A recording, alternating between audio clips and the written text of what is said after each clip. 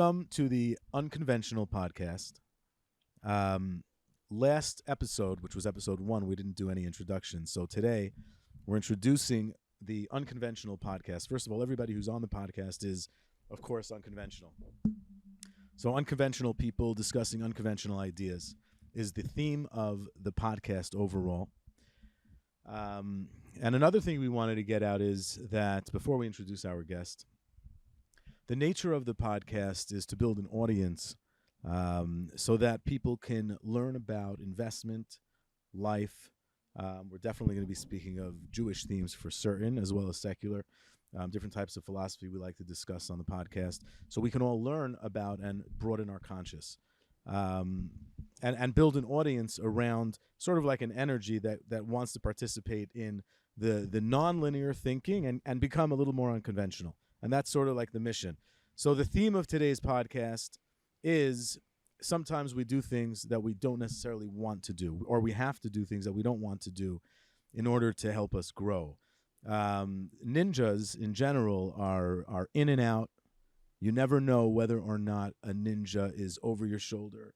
You don't really know whether the ninja is providing insight, mentorship, or maybe he's learning from you, or a she ninja, or a he ninja. We don't know. But what we do know is that ninjas are really observant, really perceptive, really smart, are generally dispensing knowledge in a selfless way.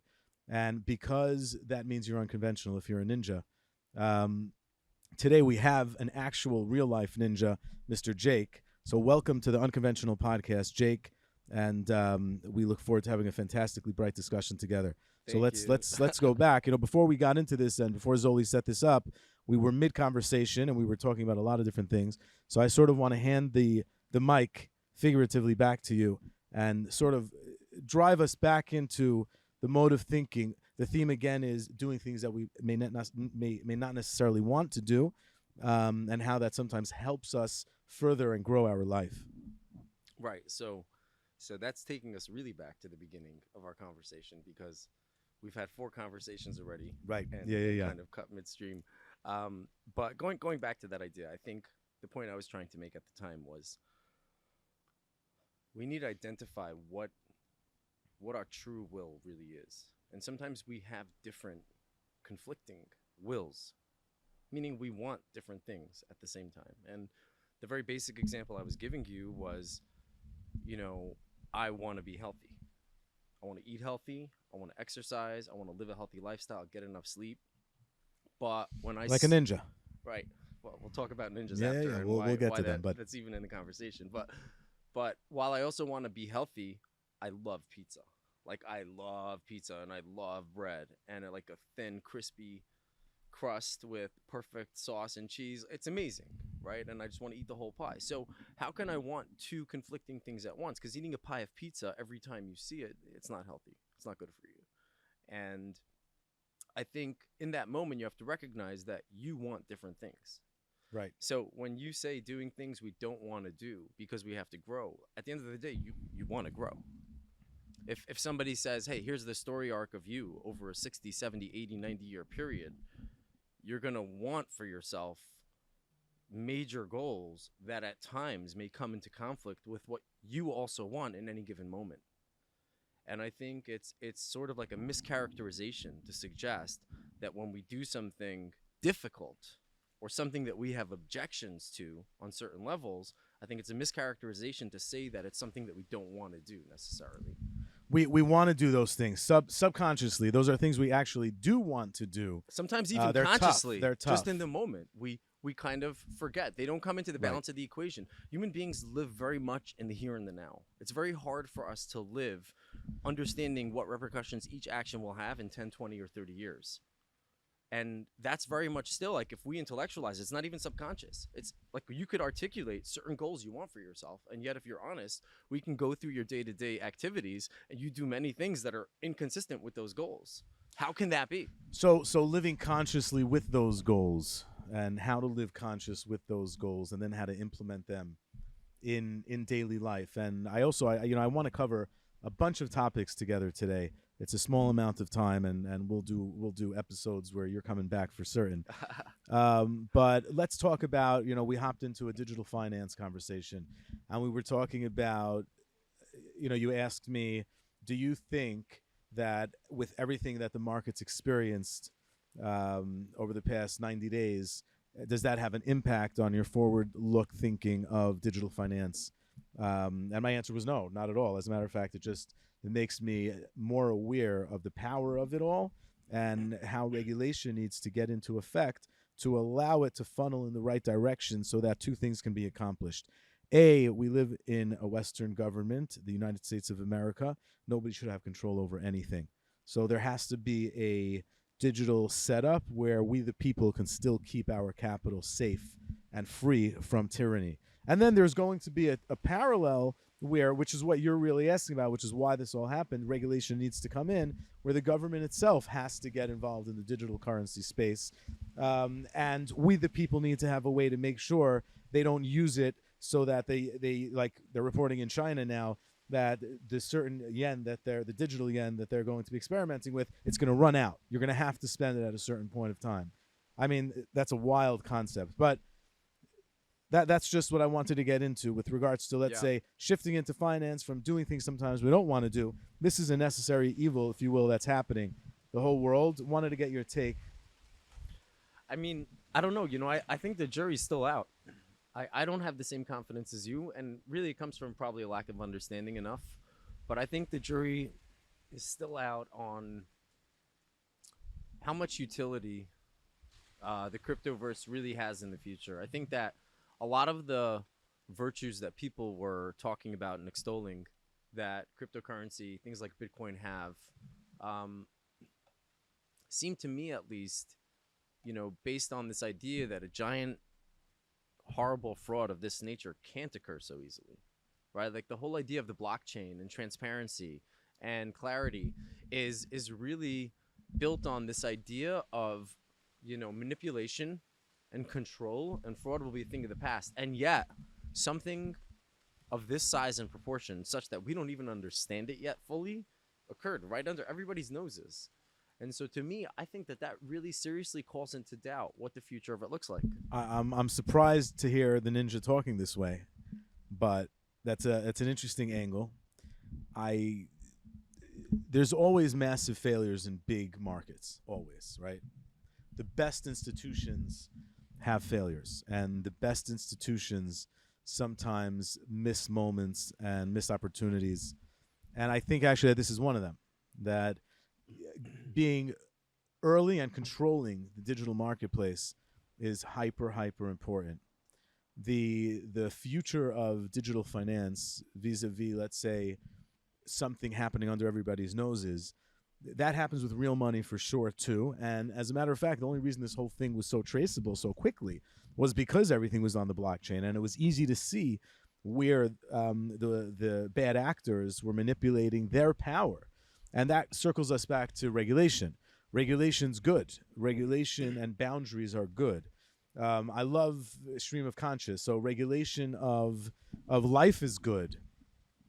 Boundaries are great. The things we see today, and I was talking to Zoli about this before we started, why I can't stand social media, even though we're on it and leveraging it and using it right now. But I can't stand it because a lot of people are using it, so to speak, to portray a very superficial existence, a boundaryless existence. And the same way sort of crypto and what I'd rather talk about is life, but I definitely want to have information going out about crypto. Crypto needs to have boundaries. It's the securitization of assets digitally has boundaries. It's called the SEC. We do stuff like that with our investment fund flow. Outside of that, where it's non-regulated by anybody, you have a huge problem. But it's going to be regulated, and it is going to bring real power to the people to make sure, hopefully, that digital currencies don't go in the direction of tyranny. That's where my mind is at from it. But boundaries are a great thing, and rules are a great thing. Living life with boundaries, those are a great thing. And I think the digital space, once we can see how that plays out, it's really about we the people for me, digital currency and digital finance. Got you. So is regulation inevitable? Yeah, Regulation's happening right now. We happen to have counsel. I can't say his name on the podcast because I don't know if I'm allowed to. But he's writing the legislation. He's been in digital finance and securities for decades. This is on a state or a federal level? Federal. Really? Yeah, federal level. And I've consulted with him when we were launching some stuff in sort of the like what's a security, what's not. Wait, 1 second. Yeah. To be clear, so he's writing proposed regulation, but that means that you're telling me the federal government is for sure going to regulate this thing. The federal government is 100% going to regulate crypto and digital currency. The question is whether they take full control over it, or there's a segment of it where you don't see technically the utility of it, but the utility of it to me is very, very apparent. We could get into it, and we are, because we're on a podcast, and this is where we get into this stuff. But I want to make sure I hear you. So look, this is like honestly out of my depth. I know enough about it to don't you have an NFT fund to be conversant? No, like, I'm invested in one. Yeah, I don't run one. Got you. But at a point, I think you were a little more hands-on, perhaps, than you're letting on. I think like this. I think I know a little bit about sort of the primary cryptos, about Bitcoin and Ethereum, Sure. and maybe one or two others, to understand what role they really occupy. I think regulation does change things. I don't know for sure what form it's going to take or how or when it's going to happen. I have no information about that. And well, you can understand how there's going to be a security around a digital trade where, right? I think everything you said makes sense. I just don't know. So, but my point is, so what do I think about this future? Yeah. I think that it's big enough and it's real enough that it's probably here to stay. Right. But I won't be surprised if the next 10 or 20 years of the cryptoverse looks pretty different than 10 or the last 20 years? Yeah, if the next 10 or 20 years looks pretty different than the last 10 years did. So let me give you an example. I think that we can discuss. We're buying some real estate. It's in another state. It's got a certain type of tenancy. Today, if somebody invests in such a deal, they sign an operating agreement, and it doesn't allow them to transfer those ownership interests unless certain rules are met with. Most likely. Is that accurate? I mean, generally there's speaking. a way to do it. Generally speaking. You're a lawyer. Generally speaking, we sign an operating agreement, and there are certain rules to transfer of those shares. Yeah. 8 months later, guy's making a wedding. Orthodox Jewish guy. Makes 120 grand a year, but he has to make $120,000 wedding. And he made this investment prior. And he's got great. So he calls the guys who are running the deal and says, hey, this thing went up 30% in the past 2.5 years since I did this. I'm making a wedding. I need to cash out. And they say, so sorry, you can't. So then he makes a phone call to his buddy who's got a couple of bucks liquid and says, hey, you want to buy my shares? And guess what? It turns out he can't. There's a rule in that operating agreement. You can only transfer to family members or whatever the rules are. He can't get out of this liquidity. Digital finance is putting us into a position now where private players like myself, who are allowing people to fractionally co-invest in assets such as long-term leased real estate, we can allow those people to log into a secondary trading market and sell. Hang on, I'm not saying there's liquidity for that specifically today, right now, 100%.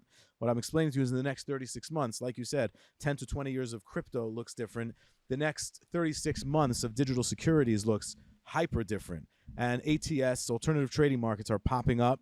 And the way people acquire capital to invest and the way those people who have invested control that investment is why I want to own a share and why everybody should get involved in getting in early in these types of investments, deals, learning how to interact with such interface, because it's actually putting institutions, it's putting them at risk now because they're losing a lot of capital. But investable capital. But don't you think that, I mean, if you were on a deal or you were a lawyer on a deal now with real estate where this was a possibility, wouldn't your operating agreement also restrict and potentially address any like similar type trade? Of course, there's going to be a coevolution, obviously. Of course. So however, that investor who's putting in $2,500 or $1,000 would never be at that table, anyways, to begin with. Meaning, fair enough. My point is, I got it. I don't deny though, but that's the thing though. Like I feel like you're responding. I don't deny that there's going to be utility in the future. I've seen enough of it now to know that there's a future for this. Right. And when I say it looks different, I'm not saying better or worse, a different color, a different size. Like I don't know any of those things. Right. I just think that this, whatever just happened now, this is a major event. And it's an event that's going to be a catalyst for hopefully some kind of change. Was it a major event, or I don't know how closely you've been following? I like to dabble in the conspiracy theory world. It's fun. But I think this is, I think we can just say what we are referring to, which is FTX. FTX. That's what we are, and its founder SBF. Well, and everything I think that preceded it, whether it's Gemini on the Winklevoss twins, or whether it's Three Arrows Capital that or Celsius. 2 years ago, when everybody launched an NFT and a coin, and one out of however many made some kind of ridiculous. But again, I have a friend who I'm going to have on this podcast, God willing. He collects things. He collects comic books. He collects not comic books. Excuse me. He has some books, but he primarily collects sports cards, memorabilia, tickets. He collects games, old Nintendo games. I mean, he built he made a $2 million investment, turned it into like 10 or something like this. We're gonna have him talk about it. He actually offered for me to invest years ago through his brother-in-law. And what do you think I said? Are you crazy? Yeah, I said, let me tell you. I said, if I'm going to invest in a fund to buy Nintendo games, I'll just go buy some Nintendo games, store them in the closet, and see what happens. That's not how it works, though. Right. Turns out he's really, really wise. But what he loves to preach about is anything that multiple people are buying into becomes a marketplace and a liquid marketplace. Anything that doesn't have a production, Warren Buffett always talks about cash flow. If it's not producing a good or service and therefore cash flow, don't buy it. That's dumb. You should only buy those things at a discounted value and then watch it grow and earn all your money back plus, which is what he's done, Warren Buffett. When you're talking about buying things that don't produce cash flow, if you have 100,000 people in the room and they all want to buy these things, no matter how silly that seems to you, there's a marketplace for that. That's why when I watched what was happening with crypto or NFT, there was, as we say in Hebrew, a ruach ra entered into everybody's mind of some sort, an ill wind of sorts, and people lost their minds, and millions of people, turns out probably not millions, hundreds of thousands of people across the world decided that these items are now worth, and they started, and guess what happened? Became a real thing to collect all of this stuff. There's a continuous market. Yeah, craziness ensued. Look, I don't think we're disagreeing. I think. Yeah. I think. Well, you can't disagree with a ninja. We know that. You're highlighting a certain aspect of it in a very positive way. I don't even know if optimistic is fair. It's just you're focusing on the things that we already know that are probably here to stay, and the bad things that we already know that are going to change. But they'll leave that mini market will always exist. Fair enough. I'm not convinced it's a mini market. Look, I'm convinced it doesn't compare to the size of the market for milk or oil or housing. No, and it never can, which is why can. I'm not. That's my point. So that's all I meant by that. I didn't mean to. I didn't mean to disparage the I don't like this. Yeah, the validity of that multi-billion-dollar market. Yes. There are what I've learned as I sort of grew out into the world from my beginnings in a more insular community, let's say, which we both grew up in the same style community, the Orthodox Jewish community. Yep. But as I spent some time outside of the Orthodox Jewish community and got to meet the world in a way, and I've got to spend time in China. I've got to spend time in states unfamiliar to us, like Bentonville, Arkansas. Yeah, I've really had some interesting times. And the world's really, really, really large. And you don't need that many people to create a liquid marketplace for things. There's like 300 and something million people in America and then billions outside. And all those billions, through digitization of things, can now do business in America. Mm-hmm. Latin America is very, very popular now. People are heading out there because of the instability. But that's not, there's other instability in other parts of the world where people want to be part of American-driven things that are going on. It therefore creates an opportunity for a lot of bad things to happen without regulation. Right. I hear you. I'm excited to see what the future holds for crypto and everything related to it. I know it's here to stay. And I think that being involved now will certainly still yield some major, major advantages. Yeah. being Yeah, first is like in the the best. meantime, we buy hard assets, or we lend against hard assets, or we invest in hard assets or big ideas that will produce hard assets of some sort. That's sort of where digital wise, there are so many fans of the digital world. It's unbelievable. Mhm. You don't think somebody having the ability to buy in and out of a transaction that was generally limited to people who can only invest a couple of $100,000, you don't think there's a value to that in the world of finance, in the world of investment? I think there is, but I also think that because there is, I just heard, for example, somebody I know who does custom insurance contracts. Really interesting niche guy, really successful Custom guy. insurance contracts. Yeah, like he takes custom situations, very specific, unique situations, and he'll underwrite and provide, usually Lloyd's of London's paper, Right. really high quality stuff. And he was talking to me about a really interesting idea that really would involve allowing people to, in fact, do exactly what you're proposing, but not related to this. Separate kind of major investment Sort of category. back People insurance have a paper. major no, not related to that, but people have like a major sort of illiquid investment category and creating a liquid market for it. And I think that it's a really creative idea. And unfortunately, I don't have an understanding of how big that market size is. But Very small. you're basically saying a very similar idea when it comes to, for example, illiquid real estate equity investments.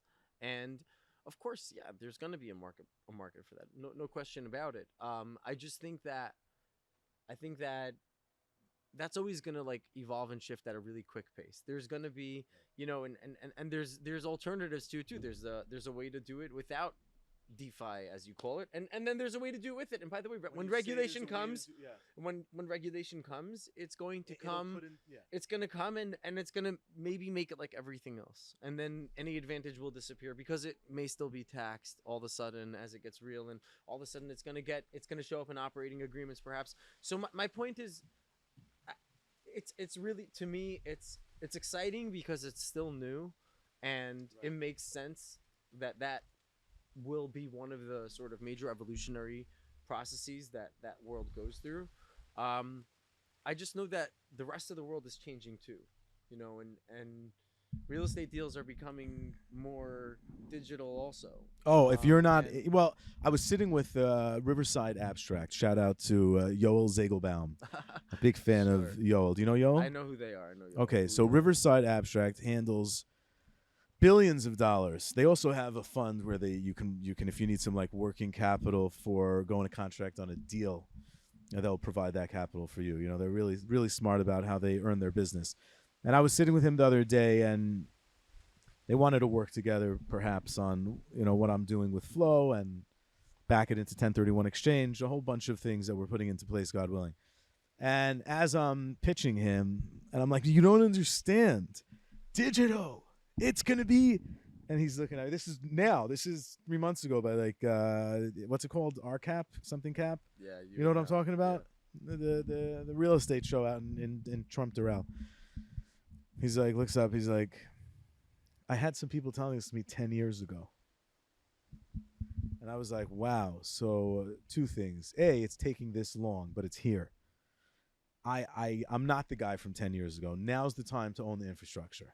That guy was too early, and I'm hoping that guy is Satoshi Nakamoto. You know what I mean? I hear you. Like, I'm hoping that guy. I like to say this story, and I'm not going to say his name because it may come off as an insult in a certain sense. But I had a fellow in my 12th grade class, and he founded a certain website, which I'm also not going to say what it is because then you can figure out who the guy is. But he founded something super hyper technical on the web. We were 18. I mean, it was like, I didn't even know certain people knew what the web was. We had AOL. We used to get the CDs in the mail, like 32 hours of internet. You would put a CD. I don't know. Maybe you're even too young to remember this. No. You remember this? I had AOL too. I used to access the internet through AOL. Okay. I came from too religious of a home. So first of all, the printers we had in my home had the paper attached to the sides with dots in it, and you had to peel off. You don't know what I'm talking about. I see that. Wow. You had a better printer at that point. Yeah. Son of a rabbi. Son of a technologically advanced rabbi. We had a Gateways computer. When you turned it on, it had the image of like a cow pattern and a not familiar to you? No, dude, we had Wow. the hand-me-downs from my dad's school. So when my dad's So school you got had rid good of computers, stuff. I had like really solid. I was playing You had a like computer lab in your house, possibly. Yeah. What'd you play? we had like there was an old like Winter Olympics game that was played. This is like before Windows. There was no Windows. This is pre-Microsoft. We would play it like Were we ever pre-Microsoft in our lives? I I'm was an 80. pre-Microsoft. I don't know pre-Microsoft. I was What year are you? pre-Windows. 85. 86. Shabbat shalom. Dude, Youngster. I used an MS-DOS only computer. C.// take me Yeah, to. all that stuff. Yeah, That's did right. that. Did that. So I remember I've that. used those computers. In fact, my formative video game years. You were a video game person? Yes. Yeah, I still I'm play surprised video the games ninja. with my kids. Do you? Of course, my sons both want to play with me. How am I going to I don't say insult no? the video game community because I love video gamers because they're unconventional. Yeah. But and this is the Unconventional podcast. But I'm not. I feel like the goal is to bring the video gamers out, up and arise, video gamers What better way out to the real world. What better way to get them out than to sit down with them in their own environment and show them that you can play an FPS on their level? But then you might become an FPS addicted video So, game yeah, adult, and then I'm happy. I've to heard say, of such I'm adults. Happy to say I've heard of such I adults. play with my children now less. I shouldn't touch the mic so much, making Yeah. noise. Sorry. I'm happy to say that I've got my video gaming under control to where I play with my kids once every 2 weeks about. But for- you for actually were maybe- getting like into the life of a video No, gamer? no. When I was a child, I played a lot of video games. Interesting. As a Right. So kid, what as a did you kid. play? What games were you playing? Oh man, I played a lot of computer games, a lot of like strategy games, like Age of Empires and Command and Conquer. But that's already with like the newer Windows computers. I also played before Windows on MS-DOS computers, like these old school sketchy games. One of them was a Winter Olympics. I forgot, like Winter Olympics '92 or '93. Winter Olympics 92, 93. Yeah, and you do all I wonder these what different- that. Okay, I wonder what that game would it was actually be worth. 2D. Imagine 2D. And then now my sons play like FIFA and we play Halo together. I love playing Halo with them. I own a it's such Halo. It's I such own a a great way to little bond Halo with game, them yeah. because we get competitive, and they love that I'm doing it with them. So interesting. To me, it's all about I want to do the things that they think is fun. Right. You don't want to That's get what I your wanna do. kid I don't into. want to just tell them, "Oh, this is fun. Do this with me." I do. And by the way, because we share common activities that we all enjoy, like we go to see the Marvel movies together, for example. Because Right. we do that, they listen to me when I say, "Hey guys, I want you to watch this movie with me now instead." And when I want So to show you'll get them to something else, watch a movie of your Right, own because since you've we've indulged. sort of established this trust of like, hey, we like the same stuff. What I'm more asking. So first of all, great idea. Anybody who's listening now or who's going to be listening that has children, these are excellent Yeah, these are- child rearing tools. I'm not. It's just I'm practical still ways to connect to your kids. I find a lot of people, a lot of our friends, for example, like okay. when we talk about it, they don't really do anything that their kids like naturally enjoy. Sometimes it's the kind of stuff that over time becomes enjoyable for them to share with their kids. But like if you think about it, like play ball with your kids. Yeah, if your kid likes to play So ball. hang on.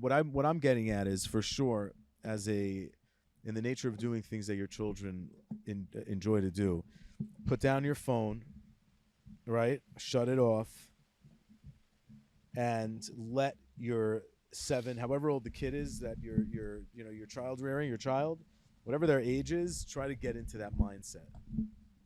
Yeah. Right? I think have a it's- friend. it's I so think he'll important. enjoy this, Dr. Benji Epstein, because it's Friday. I can't. He's not watching, but I'm assuming he's not, right? Because Shabbos is, what time is Shabbos in Jerusalem? It's Shabbos already, so he's not watching. But look him up if you need a fantastic therapist. Dr. Benji Epstein, PhD, also trained in psychedelic therapy, which he's on the board of Trippy.vc. You know about that. I don't know if we're allowed to talk about those things, but we will. I'm Call not out sure- to Dr. Benji I'm not Epstein. sure where you were going with Well, that. we were talking about. You were talking about child rearing skills. I and how to wasn't. connect I your was just. children. You were asking why I play video And games, you and I was explained explaining the why result was, right. why I play video games with my kids. Now, Dr. Benji Epstein, he believes in these types of energies, and how do I know? He was here for the Microdose Conference, which is a psychedelic therapy conference, and we got together for dinner. And there's this kosher spot, and I actually saw Ben Shapiro talking to Joe Rogan about kosher restaurants, because Joe Rogan was like, how dumb is kosher? Like, you can't eat anywhere. You're constantly, he's like, Joe, I know you think my religion is dumb, but it's not that bad. We have kosher steakhouses. You know, you'd be surprised, Joe. And I do think Joe Rogan should go to a kosher steakhouse and try it out. We should take Joe. We should take Joe Rogan to a really good kosher top-notch, restaurant. yeah. There aren't. Look, let's face it. Asiatico, I have to say, I've been to many kosher Jewish experiences as well as It's really good, in right? the secular world. Asiatico in Miami is in Miami. It's Aventura. I'm telling you, they've got that secular kosher vibe. Kosher dining. To talk about like the evolution of like computers from when we were kids to now, kosher dining from when we were kids to now is so different also. But let's face it, right? Kosher sushi didn't exist exactly, Right. but like let's face it, we don't know. Like I've never eaten in a Michelin starred restaurant, but I imagine it's an experience that is like we can't really relate to because we have no idea. I've sat in Michelin and that's rated why like we say restaurants. Joe Rogan So should come with us to Kosher Steakhouse. Yeah, maybe he should. hang on, see Jake. that it's not Ninja, that Ninja bad, Jake. but- If you've gone, you have. I'm sure you've been to a bar. I'm sure you've been into some experience where. I've you never ca- eaten in a proper I didn't say Michelin. eaten. You know, especially. No, I've never eaten in You've a never been Michelin to a restaurant. bar that's a rated bar Never. in Manhattan, in California, in your whole entire life. Never. You've never walked into a bar that's a rated bar. You've never. So let me hang just on a explain second. like my Zoli. Hold on, we gotta. Zoli, can you name? Is there a bar in Manhattan that is a rated bar, meaning it's like part of a chain of known, perhaps, restaurants that Orthodox Jewish people would naturally go and have a drink there? Is there such a thing in Manhattan? I've here we had go. drinks. Just a second. Okay. No, I've Have had drinks. Have you had a drink at the Peninsula I've had Hotel? drinks. I've had drinks come in on. many of like the Yeah, top okay, 10 cocktail okay, lounges. okay. But You're I've making never it experienced sound like- food. No, I I've understand never that. experienced I understand food that. in a top Of course not. shelf culinary establishment where there's at least one Michelin star. I've never Are experienced there any that. top chef culinary people, humans that trained in the Michelin world that are now running an Orthodox kosher restaurant? Not yet, but guess why? what? Why are you saying that so But- quickly? Zach the Baker's Michelin Yeah, Zach trained. He got a James James Beard Award. Beard. But that's not. Award. Yeah, but That's look, a big deal. it That's sounds not like. Michelin. That's not the same thing. There's a lot more James Beard Does Award everybody winners. know the origination of the Michelin rating? No, Can I tell us- say it tell us quickly, the story. Zoli? Tell us the story, bro. There's a famous tire company called Michelin, Yeah. and they had a tremendous problem. People were buying tires, but they were going nowhere. So what they did was they put together the Michelin star Oh, rating, yeah, and they I would think I go heard this. far Yeah, yeah, out. Yeah. Right. They'd go to far out places and go, "This is a Michelin," and people Really would get in their interesting. cars Yeah, with their yeah. Michelin tires, and they would drive on out there. So.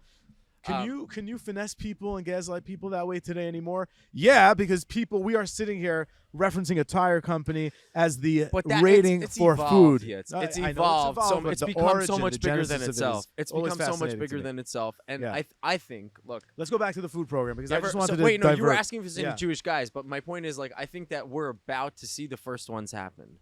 The same way, like, Think there's so? Jewish Is there kids yeah. who are like tiptoeing into professional sports Whoa, now. Whoa, different conversation. Very different No, conversation. but I think it's Very I different think it's the same conversation. thing. I, as a landlord in my years of real estate, I've had very many restaurants. Okay, I had a restaurant as a tenant.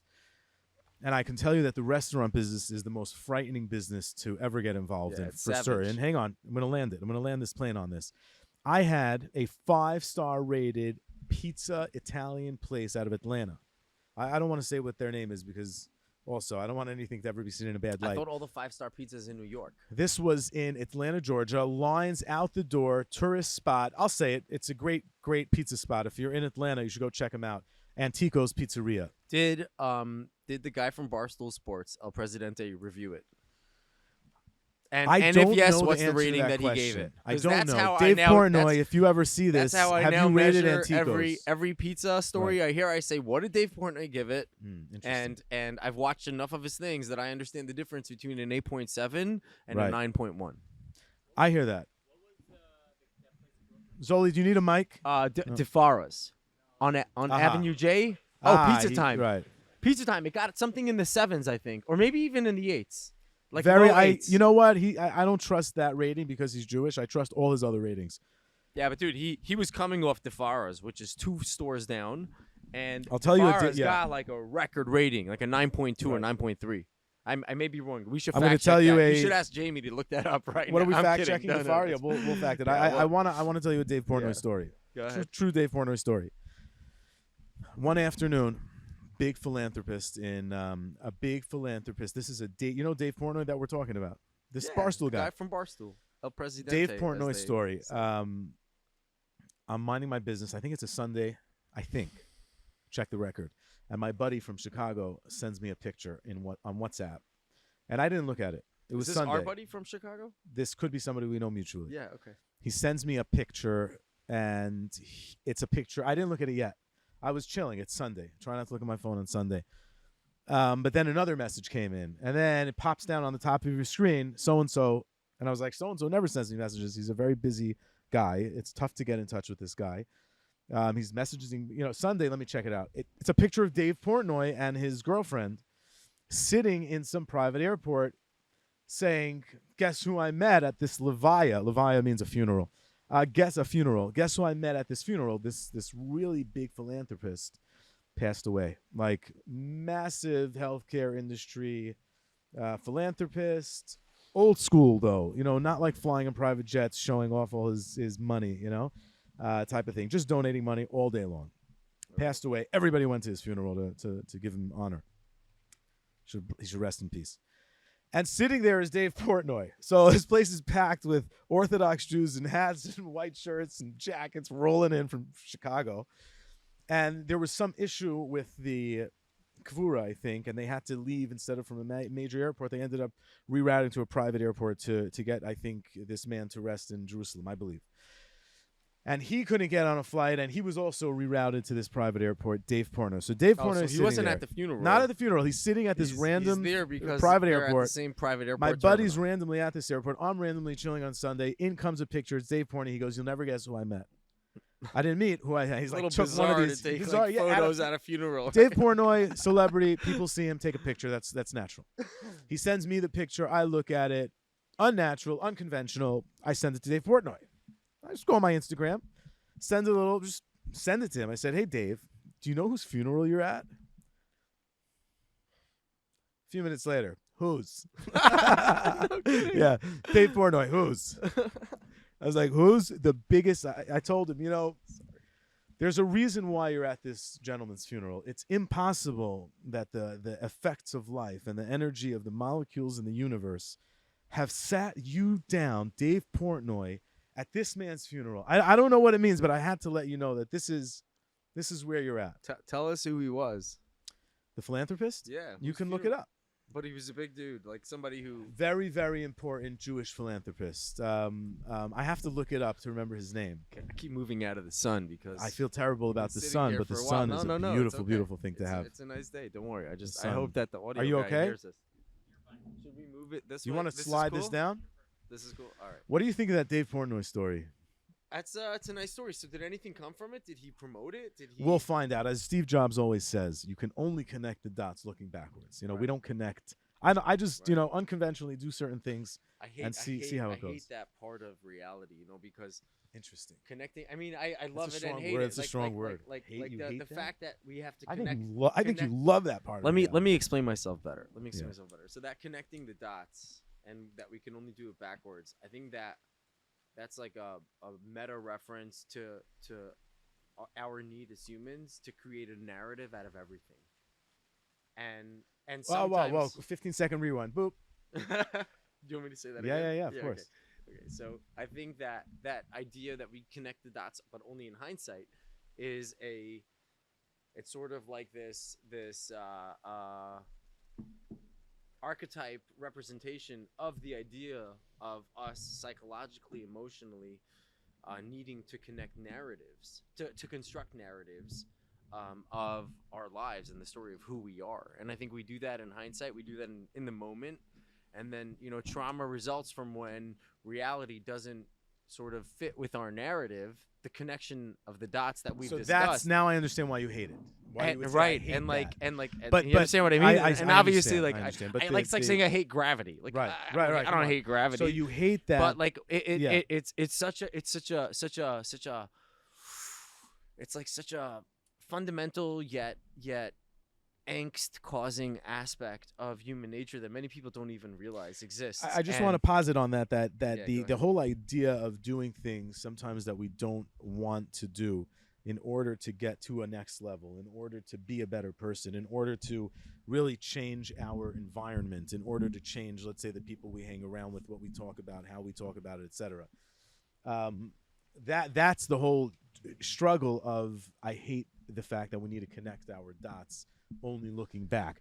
Being in these uncomfortable situations where we don't know and are uncertain, and Reb Joey talks about this a lot. And for people who are secular and don't know who Rabbi Joey is, so Rabbi Joey is a psychologist. He's a New age psychotherapist, new age addiction psychotherapist, specialist. addiction specialist. Catch Rabbi Joey Rosenfeld on YouTube. Fascinating individual. He's on Spotify. Inward. He's on Spotify. His podcast is called Inward.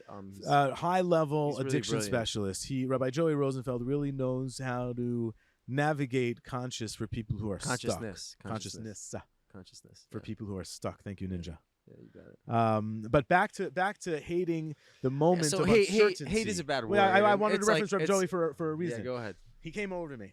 He was visiting here, as you know. Yeah. Right? We had that amazing get-together at your home. And he was out here, and I met him. There's this also, I don't know, we're calling out a lot of people, but there's a great neo-Hasid band called Zusha.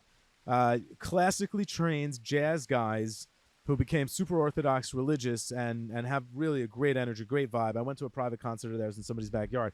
So they're like, oh, there's going to be a private concert, and this guy, and Rabbi Joey, the holy man from Jerusalem, is going to be there. You know, the addiction guy specialist. Bro, the whole neighborhood's there. Like hundreds of people, not thousands. There's a couple hundred people there. Not private enough for me. You know what I'm saying? Like, I just can't hang out. There's too much. You couldn't really enjoy the energy. Right. And out of the blue, Rabbi Joey comes over to me, puts his hand on my shoulder, and he says, I go, oh, Rabbi Joey. He says, you don't understand. We're all actors. We're all actors. Even when you're, praying, and even when you're feeling super spiritual and you're doing good things, you're just an actor in this world because we don't know. Like, that was like our whole, he's like, we have to be in touch. I want to be, like, I'm like, yeah. Wait one second. I don't even know what you just said. I need to, think about this. It's like, no, we're all actors. We don't know. I'm going because he was going to What's run. the connection? You have to land the plane. The connection was that he was going to run a wedding. And he was talking about how uncomfortable in a certain sense that is, but how he's, ready for it at the same time. Like, because we're all actors. He's a young guy. He's we're all 35. actors. Right? I understand, but yeah, that's the idea. Interesting. Very cool. It's a good Reb Joey idea. Anyways, back off Reb Joey. But back to the idea of hating the fact that we look backwards. And narrative. We No, it's just the human need for narrative. I mean, if you think about it,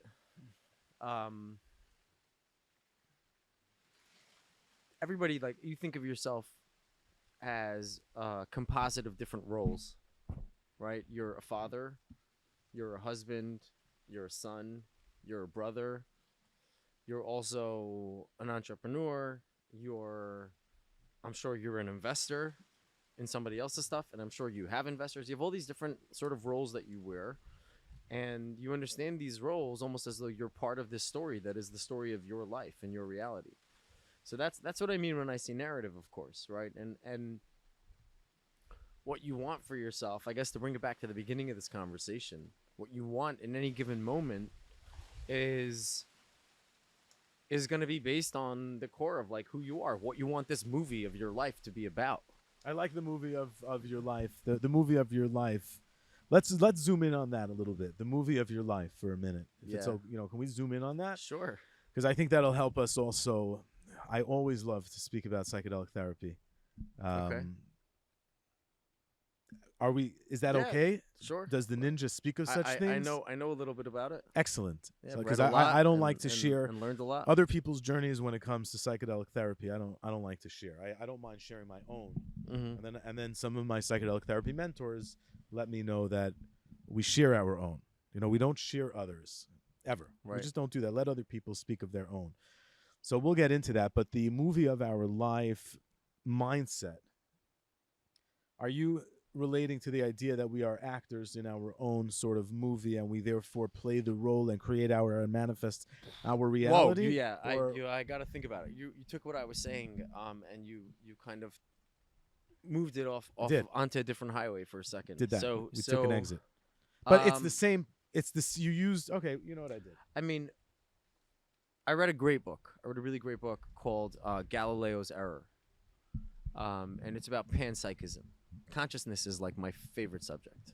Okay, at the same like the. That's fact why that, we're segueing into right, the ninja's the favorite fact, topic, but subtly. Right, the fact that we Yeah. know so much, but also so little Right. about the single most important and fundamental phenomenon about existence and reality is fascinating to me. You know, our awareness of our awareness is unique, right? Animals aren't aware of their awareness. Animals are aware on some level, but they're not aware of that awareness. We are. We can sort of philosophize. Are animals aware? Can we look that up? I think. You know, like, Well, they're awake. are And animals they aware? react, Our and they react. I mean, like dog Marley. You know, Marley. You could argue that he's following an I don't algorithm. know. And Is he right? Okay. But my point is, even that experience of an algorithm, I'm Is calling he- that an awareness. Are we following an algorithm? Are we, or are we? No, we are that level Whoa! of super Now aware, you're right. going. Now you're going over the cliff. So, Let's take it slow. Let's because it's. We have another. At Are least we hour. limited? Nope. We could go till Okay. 2:30. Okay, fantastic. So, what time is it now? It's one. It is right now. It's 1:23. Oh, wow. 2:30. I'm Yeah, sorry. okay, stop touching the mic, bro. Because I feel like the mic should be moving with you. Yitz You know is what I like a mean? rapper or like an MC, Right. and he just wants to hold the mic. Right, right, just like- Right. Right. I apologize. So you know what? I also feel like, is the mic picking up proper audio? It's picking up great audio. I think I have trauma from the first episode. We had horrible audio, so I keep thinking. Okay, that's perfecto. Awesome. Fantastico. Don't touch it. Leave it. Yep. Leave it, I leave feel it. like I'm getting pulled over. Let me see your hands. I'm like, yeah. Leave We're it. go ahead. We were talking about. You were talking about whether we're. I don't know, awareness. What were we saying? I lost my flow. I don't remember. To get you back into the flow, we were talking about life as a film. You life asked as a me. movie. You asked me some sort of question. And we went about off that grid. whether we are actors. I mean, look, whenever Joey says something, you have to understand. It doesn't mean what you think it means, and yet it does mean what you think it means, and you have to try to understand what it means. I took it my way. Yeah, it's complex. That's exactly my point. My point is like you must have taken it a specific way, and I don't remember it. Lovely way. Yeah, I don't know what he's saying, and I don't know if you're asking me if we're like I don't even know what you're asking me if we're actors in a movie. Like, is that to say that like There's a certain mindset of. Are you asking about is there a director and are we bit parts in a giant production, or are you asking whether like what are you asking? Are you asking about the nature of the simulation we experience? No, I was specific. So there's a few like reference points that you triggered. One was the mindset of behaving in a sense that we are in our own movies, and the way we behave is manifesting the reality or surrounding us. The famous notion of, if you hang out with a bunch of losers, that individual who does such thing, they will become a loser. If an individual is hanging out with the billionaire crew, eventually that individual will manifest into a billionaire crew of sorts. It's the nature of life. So the perspective of knowing we're living our life and we can manifest whatever we want around it. That's how I was referencing. And we then went into sort of like awareness, consciousness. Are animals aware? Are we, in a sense, aware? Can we do those things? Right. That's So where I we're think at. what I was going to say, and this is because I understood your initial question really one way, and now I understand you could have meant it several ways.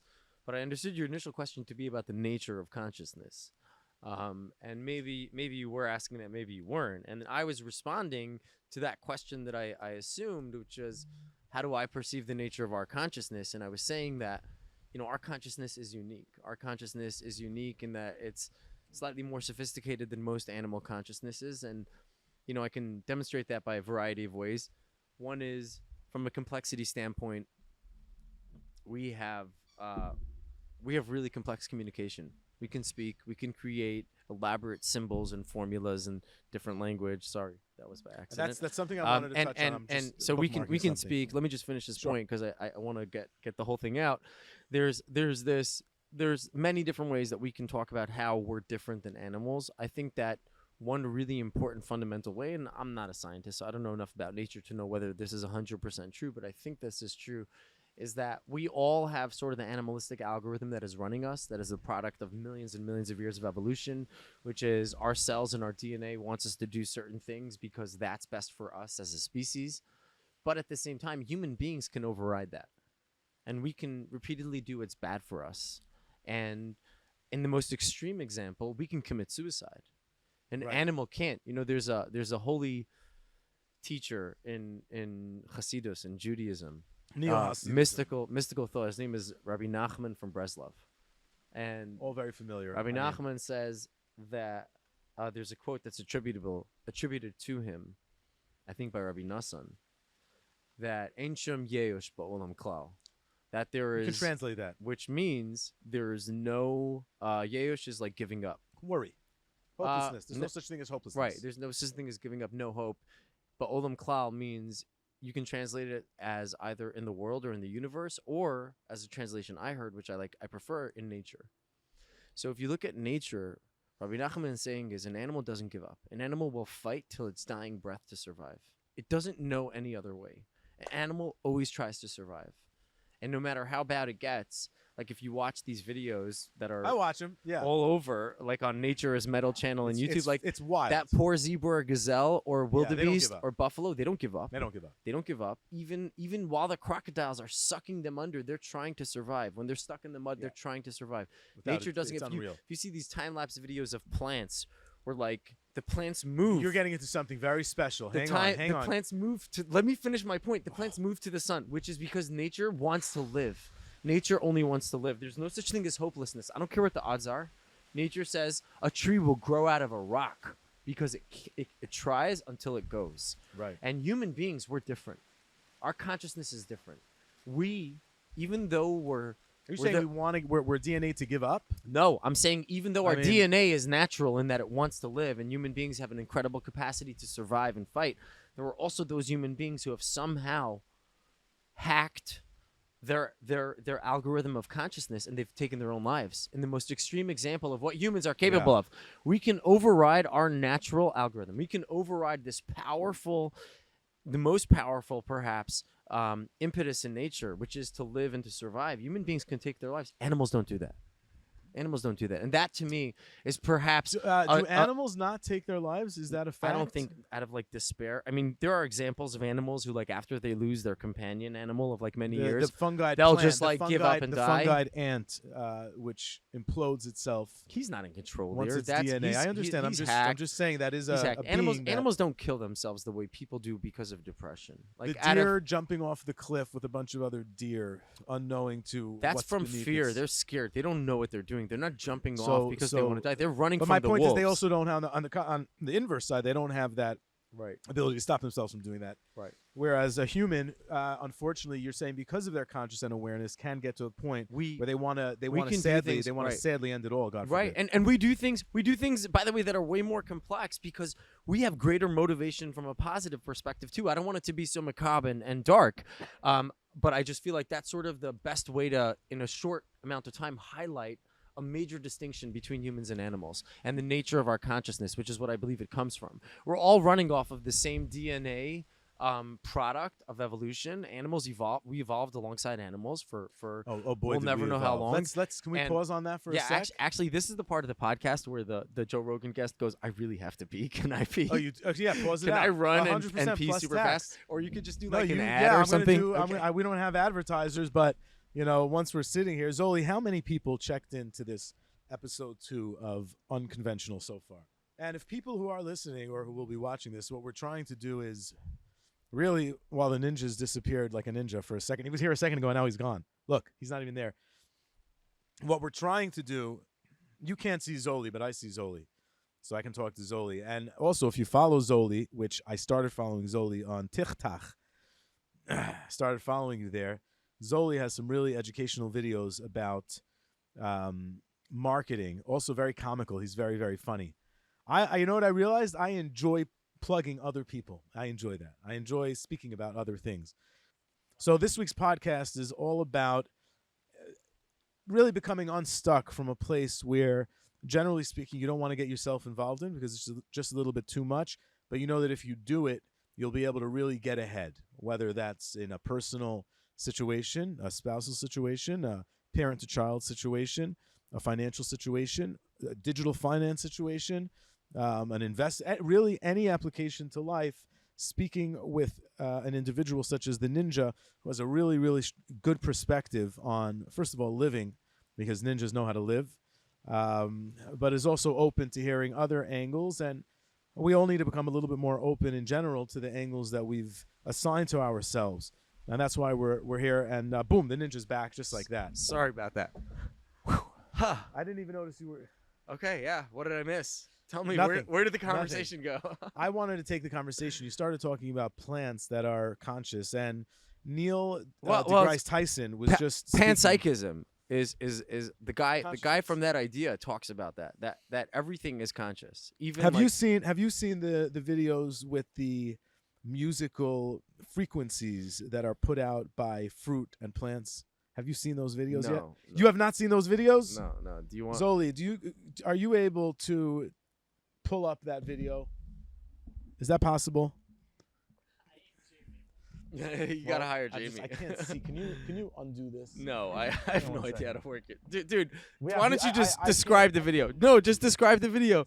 Just describe it, Yitz, because I feel like once I get this open, you're gonna be really, really fascinated. Okay, here we go. No, you have to see this. This is a great video. The issue is I made the contrast too dark. it's all right. I'll see what I can do. But describe for the people who don't have this what the video is. Well, we're gonna show it. We're gonna upload. We're gonna have to somehow upload this. There we go. Okay, so we're gonna upload this, but I got YouTube open, and we're going to watch a video of. Got it. You know what? There's a technical difficulty here. Okay. I can't log into the YouTube Just because describe the video. So bro. if you look on YouTube, there's a guy. He was actually at the Microdose conference this year here in Miami, and what he does is he plugs in these frequency sound recorder devices to plants and fruit, and they all give off their own frequency of music. And it is unbelievable to watch this happen. And shortly thereafter, I don't know who had Mr. Tyson on, Neil deGrasse Tyson, but he was talking about how the consciousness of plants, they know how to fight off and behave a certain way in certain environments. They can change to protect their life. Who says this? Neil deGrasse Tyson says that they're not living and that they're not conscious.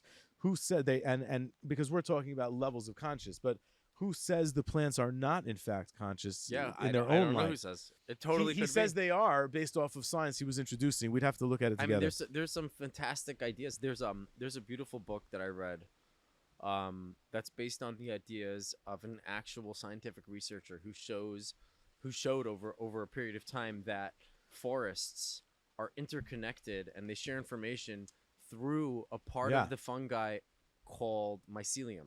Sure. Mycelium is like this vast underground network of interconnected fungus. I met him. And no, this is a woman actually. There's a man. You know who talks There's about a woman it a lot. who came up with this. Okay.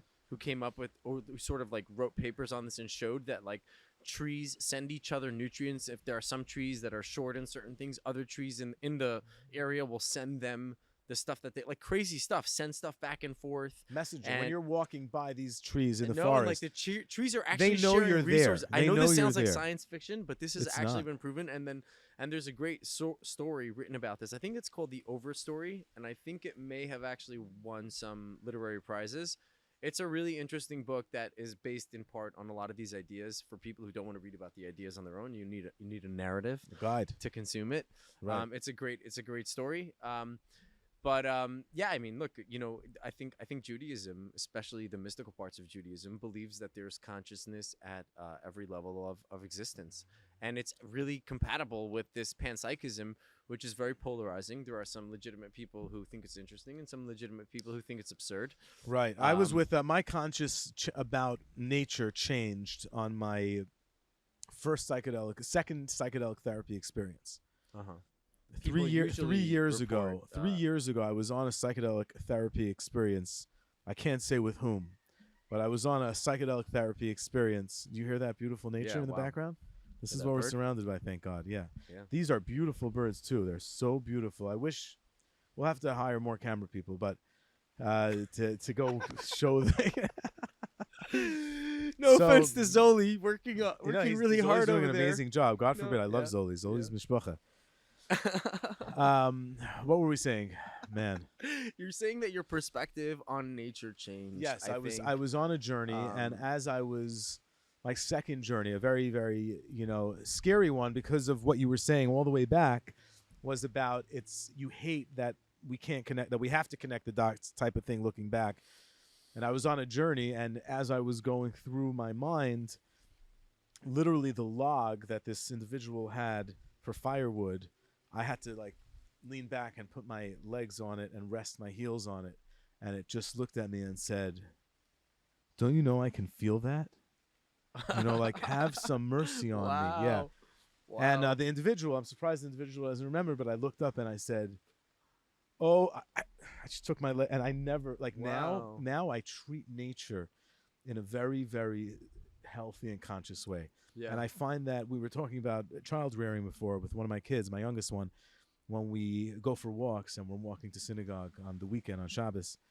We stop to schmooze with the plants. We stop to speak and say hello to the Really? different flowers and the different colors. Wow. She does it already. She knows. She's like, "Hey, Dad, did you see that red?"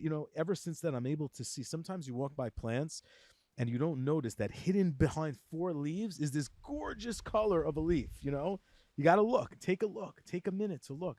That was one of the big lessons I learned from psychedelic therapy. Just knowing that changed my whole perspective on conscious in that moment. Mm-hmm. Can you imagine such a thing?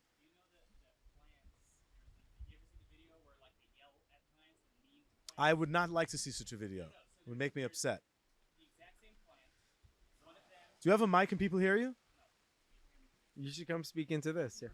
Okay. They yell, they're angry at one plant, and they was like, "Oh, hey, sweetheart," to the other plant. The Unbelievable. in the same exact seed, the same exact everything, was significantly higher on the one they spoke nicely.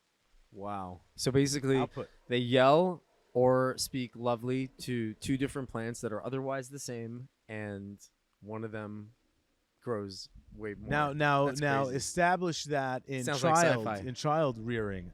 Imagine. I remember my kid was going through a tough sleep conundrum, 3-4 months. Couldn't Didn't sleep. not or the, just- the whole night, Wow. and I lost it. I lost it during that. I know she obviously remembers it, but I'm conscious enough to be making up for it. Like I became a zombie. No sleep. I'm in the startup type world, investing constantly over just working, hustling, family, working, hustling, shul, working. I got into that mode, but it was just too much without sleep. The human body needs sleep.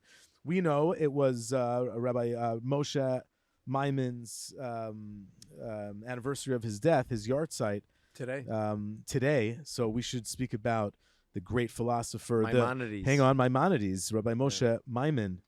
Rabbi Moshe Maimon, and well more about this, but I'll speak to it just because I don't mind speaking about things like this nature. Rabbi Maimon was a top medical doctor, a top rabbi, of course. Maimonides or but, the Rambam? the Not Rambam. Rabbi Maimon. Maimon was his father. That's who we're talking about? No, we're I talking. know, we're so talking right. about the Rambam, not Rabbi Maimon. No, excuse me. So Maimonides. Maimonides. Rabbi that's what you Moshe mean. ben Maimon. Right. Maimon. Right. Maimonides was a Middle Eastern Arabic He was medical Spanish. Spanish. Yeah, he from moved Spain, and he after lived from in the Inquisition. Egypt. He left, or he migrated No, prior. this is before the well Inquisition. before. This is 300 years before the 1400s? Inquisition. The Rambam lived. Maimonides lived in, I think, the 10 and 1100s. Ooh, even earlier. Wow, he was old. Yeah. If he was alive before- now, he's he would be almost- very, almost very 1,000 old. years ago. Almost But 1,000 years ago. that joke said, speak about a little, his impact. I think just people don't realize that he wrote a lot in Arabic. He wrote much of his stuff. A lot. Okay, His I'm his saying a main lot, language, but yeah, much of his. I mean, he wrote most of his important let's works just, in like, Arabic. I guess say who he is. Okay. Interesting segue. But yeah, Maimonides is, I think, he's unique amongst Jewish figures, or perhaps amongst. He was also a rabbinical philosopher. figures, right? In that he's not just a Jewish figure. He was a very respected physician in his time, a man of science. advisor to the He authorities was at the time. Sultan of Egypt's physician. He moved to Egypt from Spain because of persecution, of Jews, and he lived out, I believe, the rest of his life in Egypt. He did So- try to go to Israel at some point, I think. Is that right, or is that not right? I don't know. I know actually that I his. think he did. I know he had another stop in between Spain and Egypt, I think. So Right, and what people don't, what people I just don't don't realize know that about specific. I Like don't Jamie know, would yeah. be looking this up. Jamie for us would right be looking now. this up. We're gonna Right. get Jamie here. But just about the Rambam. So he was a man of science, and he was a brilliant person who also somehow mastered basically the whole Torah, and the Torah is vast. It's not just the 5 books of Moses and the books of the prophets. It's also the Talmud, which is huge. And the Rambam wrote many treatises, including a whole work of sort of like Jewish law. So he was a legal scholar, but then he also wrote a lot of mystical things, and he created a system for understanding all of the Torah in what we would call today rational Judaism, or the perhaps rational a rational way. approach. Yeah. But it's not wholly accurate, I think, and I don't know enough. But based on what little I do know, the Rambam was a mystic also, and he was perhaps a rational. Where is that recorded that he was a mystic outside of I mean, if you- Mar Nevuchim? If you just read his, I his didn't. So Moreh Nevuchim, but if you read just any of his, who does any he of- reference? Who any does of he his reference? works, he talks about the soul Who does- constantly. yes, and who he talks does- about all the parts of the soul. Who does he reference as an authority on mysticism? One of the So things what's I've always interesting with the Rambam is that he very often doesn't cite two authorities. So he'll cite That's what- yeah. specific verses from the Torah or the Bible, but he doesn't really quote his other authorities that came before him. So who came before the Rambam? rabbis of the Talmud and the rabbis of the Mishnah. So the rabbis of the Second Temple destruction period, 2,500 years ago, those were the Tanaim. Were they mystics? So Rabbi Shimon. So the Zohar was ostensibly written. I think By I don't know Rabbi enough Shimon about Bar it, but Yochai. there's a little bit of a disagreement about who wrote it, as I understand. Well, it. there's a man from Spain who they say wrote. Yeah, His name was. We Moshe would have Jamie look Cordovero, this up. maybe. No, No? another individual, I believe. You're talking Oh. about the Zohar. The Zohar I introduced forgot. all the mystical ideas in and of themselves. Yeah, but There was their if mysticism you learn prior. enough of the Gemara of the Talmud, you'll see there's Right. mysticism all over. Well, there's allegories that seem to be not there's a lot of like really, a lot of stories, really wacky stories. A lot of our history is based off of fights between tribal type. Are we believing these stories like this or believing these stories like that? Right. Jews So are really split about this. But anyway, we were talking about the Rambam. And Maimonides, I think ultimately he was a rational mystic, perhaps, is maybe how we should phrase it. He was very rational, but also very mystical, very systematic. And he was a philosopher. And a lot of his ideas made it past just Judaism. A lot of his ideas about medicine, have been proven to be sort of not tested by the times, but that's not because of him. That's just because of where Right. medicine was at the time. And some of his ideas have persisted, perhaps even to this day. I don't know. I'm not a doctor, but in any respect, he was a brilliant man, and he was a polymath. He was a genius in many disciplines, not just any one. astrology, one of them. Yeah, I believe.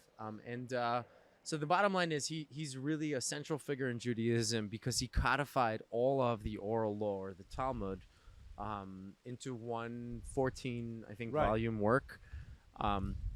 But for our Muslim brothers, he was also extremely well respected yeah, by sure. the people and make at no the mistake, time. he was actually persecuted, and they burnt his books because Jews Yeah, persecuted Jews, the Rambam. Jews, So here, yeah. let me. I just want to succinctly deliver this. The Rambam was an authoritative Jewish figure from roughly the 10 or 1100s who was not just respected internally by the Jews at the time, but he was next level respected as an individual of authority as well by the Muslims at the time. Is that accurate? Yeah, I mean, Yeah, in many that's accurate. respects. Honestly, I And don't we got to know- bring I- that piece back, I don't don't know we? enough We got to about bring it, that piece but, back. I have the books here to read it up, but we don't have Jamie here today. Yeah, but- Jamie is working for Joe Rogan, and Jamie has to. He's gonna make He's it gonna here make soon. his way He's over gonna here make to it the soon. Unconventional podcast at some point. Like, why not? We're in the backyard. It's windy. Anyway, today's the anniversary of his death. The Rambam, and, should rest he's in very peace. special to Shama me. should have He's another very year. special to a lot of our Yeah. our friends. And I learned the so- Rambam every single day. Yeah, he's, I study the in the. Think about Yeah, whatever. It's think not about important. think about the idea that there's a human being that's capable of creating, or perhaps synthesizing is a better word, just information and knowledge in a way that almost 1,000 years after he's gone, 1,000 years later. no social media, no YouTube, Whoa. no Instagram, No social media. No way to there's not Gutenberg even press there's era. not Gutenberg even a printing press. press. No, No there's not Gutenberg even a press printing era, and we press. are sitting here And blessed, 1,000 years speaking later, in blessings it's not like of we his- know 10 of his ideas. We know a really, really, really complex and complicated, vast body of interconnected of the Rambam. of his ideas. What? Baruch Hashem. Wow, we're speaking It of looks the like Rambam, and it's the bringing, weather is energy. getting a little sketchy here, It's- Captain. the weather's getting a little sketchy out here, huh? You know, Oh wow! what we can do Well, we is almost lost lower. our Why don't heads. we lower the umbrella? You want to lower it? Yeah, I don't think we need it. We don't Need the umbrella any longer because the sun has because disappeared. the- But it is. We have till 2 because at 2 p.m. it's going to start raining. Yeah. I believe it. Yeah, look at the sky, man. Right now we're at 147 and my heart rate is at. It won't say. Wow. But I did run this morning. You know, I Nice. run every day now, Baruch Nice, Hashem. good for you, man. I try to do yoga. You know, I've been microdosing. So I have a scientist. Uh I don't want to say who he is and what country he lives in, but a different one. huh. And he's a brilliant scientist. His wife and himself have worked for the FDA. They're working on clinically type approval for certain strains of psilocybin delivery with. Interesting. I actually have the microdose here. We've been testing out thousands of dosages have already been provided to people, primarily PTSD. You ready for this? Menopause. For our female listeners, menopause of age, menopause. These microdose are soon to be released. The ones I'm having are for really just anxiety and calm, to give you clarity and to keep yourself active. And I can tell you, since I've began microdosing this past Shabbat, many things have changed in my life. It's bizarre. Not bizarre to me because of my knowledge and sort of surrounding myself with people who are involved. Paul Stamets is who I wanted to explain to you, is the thinker behind the mycelium. The largest mycelium network is quoted by Paul Stamets to be the largest living being. And what it is it's a organism. deforester. Yeah. And what it does is it goes through forests. The fungi kills the trees, turns it into a growth, and about 60% of it turns into water, and it thereby allows, it's a meadow maker, they call it. That's what Paul Stamets called it. Paul Stamets discovered the meadow maker, he used the they. So, but Paul brings it out. Paul Stamets says there's something called a meadow maker. It's the largest living being in the universe, and it goes through forests, deforests it, turns it into 60% water, and then herds follow behind to munch while they're, moving to the next place. I got to send you this link. Interesting. Yeah, it's fascinating because you were talking about. He has some yeah. crazy patents where, I mean, this sounds like such science fiction, but basically there's a fungus that you mentioned earlier, you referenced earlier. It's called cordyceps, and what cordyceps does is it infects these insects. Yeah, we were talking about the And- ant that. Right, it infects these ants, but other insects also. You can see these pictures. I don't know if people know about it. You have to If go you into it. Google, Go into if you it. Google pictures, you'll see these incredible pictures online where basically the mushroom get a little bit of the spores get on the insect, Okay. and it hijacks the insect's mind, and it makes the insect climb to sort of the highest point in the forest floor that it can reach, up a tree onto a branch, Right. and the ant, let's say, will clamp down on the branch that it gets to, and it will die. It'll embrace in like a death hold and die there, and then the mushroom fruiting body sprouts out of the ant's head, and spores are released, and it repeats the process again and again. And this guy Paul Stamets, you can watch a documentary of his on YouTube, I believe. Here comes the rain. Yeah. On Netflix. Yes. Paul Stamets basically. We're gonna have to Paul. Yeah. All right. Let's. Yeah, Paul. Yeah, no, just land the plane before Basically, it hits. long story short, he took this fungus and he sells it to treat and to deal with termites and other like beautiful. pest infestations. And Because instead of it- using it- chemicals, he a just natural sprinkles a little plant? bit on it, and they go back to their colony and they'll die. and it's really cool. Is that used in play now? You can go on his website and Very cool. you can can buy this buy stuff that. from him. If you're a natural human being who does not like chemicals in their home, you can buy Just from Google Paul Paul Stamets' Stamets website and it'll come up. a natural bug killer. And he has that all these different works ones. in and of its own. And Wow. then these ants started, or maybe even before him, I don't want these mics probably to get before him, ruined. they started evolving to recognizing the fungus. Are we gonna lose our equipment? Yeah. Okay. All right. Well, it's been a pleasure. It's been a pleasure speaking. We're gonna move it inside for. Oh, we're another- moving Yeah, inside, we'll move okay. inside for 20 more minutes. We're live, Zoli. I just wanted to get back into ancient civilization and their technologies. Well, what just happened is if you can't tell, it began howling with wind and potential droplets of rain. And we handled that outdoors as long as possible. And now we are indoors and enjoying the Well, to time be and fair, space we we have were- left with the Ninja. We were okay with getting wet. I was okay with that. The equipment could not get wet, so we had to relocate. But we were actually starting to really dabble into the psychedelic therapy conversation a little bit. That's where we were really heading. And then we just then we just ended like up somewhere else. extrapolated out back into ancient civilizations and their technologies. And it's something a lot of people are talking about and paying a lot of close attention to. So I wanted to get your opinion on this, and I think it relates to psychedelic therapy. And that is, somebody recently fed a question to an AI piece of machinery. GPT. Not ChatGPT, but similar, just for art. Okay. And they asked it to generate what humanity is going to look like at the end of times. And it spit out a picture of a human taking a selfie, and it's just the skeleton with total reckless chaos behind it. That I have to show you the image. It's wild. Jamie's again working for Joe Rogan. Otherwise, The spirit of Jamie is of here. Jamie is not looking up the things we need him to look up for. But with that said, it's a fascinating image to see because You must share it. I don't know what it is. it's wild. AI generated what the last selfie in the world is going to look like. Utter chaos. Obviously, Armageddon. Okay. And the reasoning behind that has to do with, I think, ancient civilization and their technologies. So I'll tell you why. People are starting to pay attention to the fact how precisely the pyramids, for example, are built. Or how on earth did they get such precision measures on the large multi-ton blocks of stone that is put together and then, really elevated up to heights that, what are you talking about? There's no way to calculate. No engineers have ever yet figured out how they were able to put these types of things together, or certain architecture and design. Really? Is that yeah, true? That's factual. We don't know how. We don't know. They are.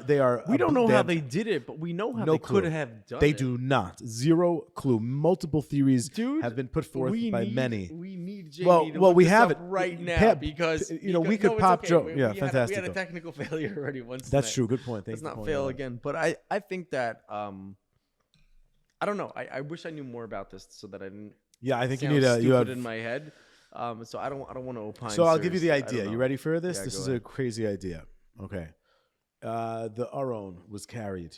The Ark. The Ark. The Ark from Raiders of the Lost Ark. From the That Raiders Ark. of the Lost Ark. Well, the whole story was actually formulaed off of that whole story. Raiders of the Lost Ark Yeah. is based on the Old Testament. It's based on the Ark of the Fact, yeah. Covenant. Yeah. So the Ark of the Covenant that they were carrying around in King David's times, that Ark was carried in a very specified way. The wood had to be in certain types of gold rings, et cetera, et cetera. So they've shown this setup as a blank drawing to like an electrician who looks at it and says, "Oh, there's an electrical circuit. This is how you run a circuit." I heard this. Have you heard this? Oh, I heard this from Rabbi Harry. Oh, did you? Yeah. Oh, fascinating. Okay, Yeah. so you have to look it up. Your buddy, yeah. Very in depth. And the idea is that perhaps they had these manners in which to put off certain types of electricity or frequency, because we know everything is a vibration in a certain sense. Maybe. And moving. You have to. I think you Maybe. should There's do a deep dive. There's a great new series on Netflix by this guy Graham Hancock, and it's about Mazel tov. okay. So yeah, he was See, just on Joe and Rogan. and it's He's about great, Graham about Hancock. all these ancient civilizations and things that they may have known and information that they may have had. I think I've even heard some wacky things about the pyramid and Yes. sonic frequencies Yes. and From vibrations. the tip, they had something. certain metals. I don't know. My point is, it's fascinating stuff. Since we're both So scientists, cut this out. Was this caught in the shot? that violence absolutely happened front and center. Yeah. Thanks. That wine violence occurred. I think that this stuff is fascinating. I'm so woefully ignorant of it. Like, there's a lot of other things. Well, I'll tell you how it that relates. I don't know anything I'll tell about. you how you do know about it, right? So we know that many years have passed since tribal peoples have used naturally in their existence. There are psychedelic plant medicines that they have as we say in our circles, daires. Generation after generation have passed down knowledge about specific plants to help people I hear in a you. conscious. So So- hang on. so in that- thank you. So in that regard, context, yeah, I've read a little bit about that. So in that context, you have obviously the use of ayahuasca, for example, in South America and Central America by indigenous peoples for many years. And you also have sort of the fascinating book that was written by three guys: Carl Ruck, George Wasson, I think, and the guy behind LSD. What's his name? The doctor. Huxley. No, the doctor. Oh, doctor from Sanos Corp. Yeah, the Swiss guy. That He guy. wrote the They wrote a bicycle, book- the famous LSD Right, bicycle. so they ride. wrote. I can't remember. His name is name. Dr. Stinkowitz. No, it's not. No, not. it's And Dr. I'm embarrassed. Dr. Alberto No, Alberino. it's- Oh man, I'm embarrassed. Doctor, hold on, Embarrassed his name. let's pull it up. It doesn't Let's just pull matter. it up. It matters, and we're Um, gonna say it right now. Anyway, they wrote a book about what's his name? You're gonna say it. I'm gonna be like, oh, of Tim course, Leary? No, stop.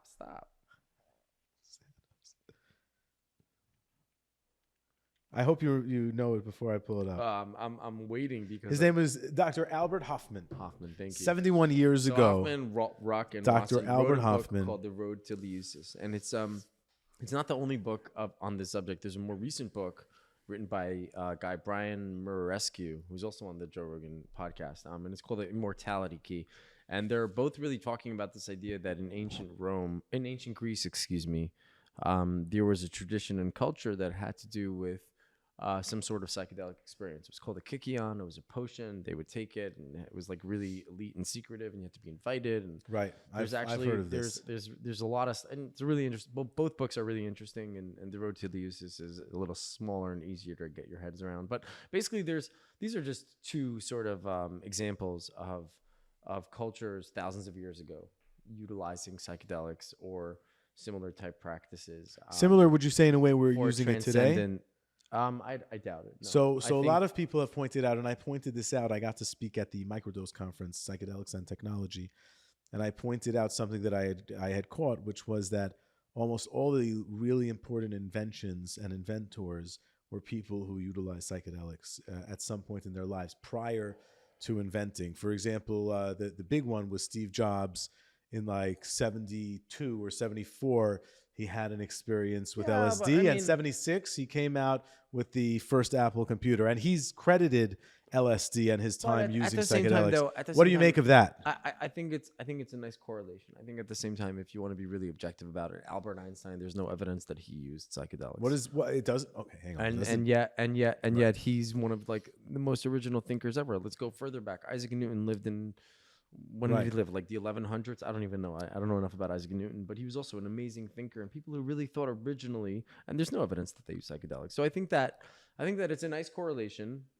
It would certainly be interesting to see that kind of research conducted on a mass scale. Do we know I that think these that- people did not or were not part we of just some don't know either way. secretive? Yeah, maybe, but then you're getting really speculative, and Of course, you know, it's fun sometimes to it's just fun speculate. to speculate, right? So who knows? What we don't need But to what speculate we on. do yeah. know, what we do know is, I mean, the story of ayahuasca is incredible. I mean, just read a little bit about it, and the fact that there are multiple cultures spread out over a Right. massive geographic area who all have similar versions of taking two different plant species from the jungle, two out of like hundreds of thousands, maybe more, right? Only two, and combining them in this long brew, and only these very two produce a certain effect in the body. I think that's really, really, really interesting, Right. and I think that's really fascinating. So, I think that, The multiculture sort of gives credibility to its essence of some sort. The fact that it's appearing in multiple cultures gives you credibility. yeah, and I think the fact that it's been around for so long also is sort of like a testament to its validity. You have other cultures in Africa using something from the iboga plant called we call ibogaine, and there are like Native Americans using peyote is a little bit. We more know research if you Rabbi get into it. Harry likes to point out, my buddy, and we work together on some of the psychedelic therapy initiatives we have going on in Israel, where as a matter of fact we actually have Palestinian-Israeli I've heard about meetings this, yeah. are happening on our land. We have 10 acres up north. Yeah, that's really. I can tell you what I can't say much about it. Let's put it like that. From what I know, seriously, I can't say much about it. But what I can tell you is that that the level of people in the Israeli government and the Palestinian side of things that are involved in testing and utilizing potential psychedelic therapy for bringing people together is very serious. Super cool. I mean, I'll show you something off camera just Yeah, to give I'd you love that to see. eyeball. I mean- You're gonna fall off your chair. but in terms of ancient, you started talking about ancient technology. Now we're really talking more about sort Well, of this to me isn't ancient knowledge. This is ancient wisdom, knowledge. ancient Now wisdom, you're ancient- talking. And I think Now you're talking. I think if you move away from just cultures that have utilized medicines, something I've come to learn about the Jewish tradition, multiple thousand-year-old traditions. Don't we have? And the Buddhist traditions, for example, any tradition that has a culture of this idea of mindfulness or transcendence when it comes to consciousness, transcending, like we talked about, just the animal consciousness that is the base human consciousness. All of those cultures are after the same thing, which is to know more, and to sort of traverse this experience of reality and life on this earth in the best way possible, and optimizing for that. So I think you see various efforts, like Michael Pollan in his book writes about the correlation between people who are meditating their whole lives and sort of what happens Right. on an fMRI Same. on their brain versus people who are tripping on psilocybin or whatever the other substance they're on. And I think that to me is like evidence that they're all sort of after the same thing. They maybe had different technologies of getting there. But this to me is a technology, right? The plant medicine and the knowledge thereof it is, and is I think now a technology that's back in our hands. And I think it saves us from a certain abuse that actual technology that we are living by has a chance to kill us out with.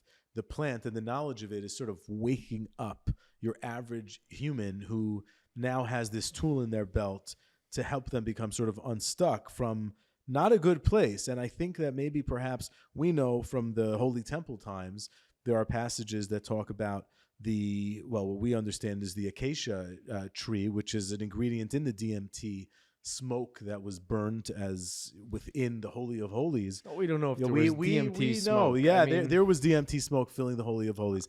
The factual evidence is stated in the fact, and there's a video about this that, again, if we had Jamie on a screen here, we would pull up a fascinating video watching the 3D imagery that somebody recreated. Check it out. Of course. I think hang on, hear it out. Yeah, okay, I'm gonna hear it The out. Torah specifically speaks about how the Kodesh HaKodashim had to be completely full of the scent and smoke of what was being burned before they can exit a stage and know whether they were healed or not.